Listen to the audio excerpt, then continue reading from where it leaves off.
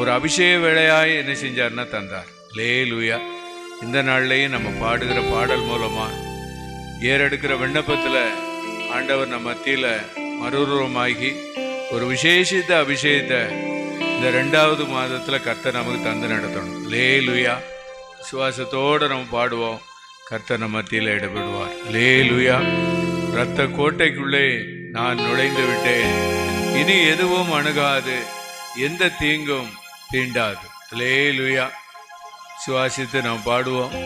கர்த்தர் நமக்கு நல்ல ஒரு பாதுகாப்பாக இருந்து இந்த மாதத்தில் நடத்துவார். நல்ல கைகளை தட்டி பாடும். ஆமென்.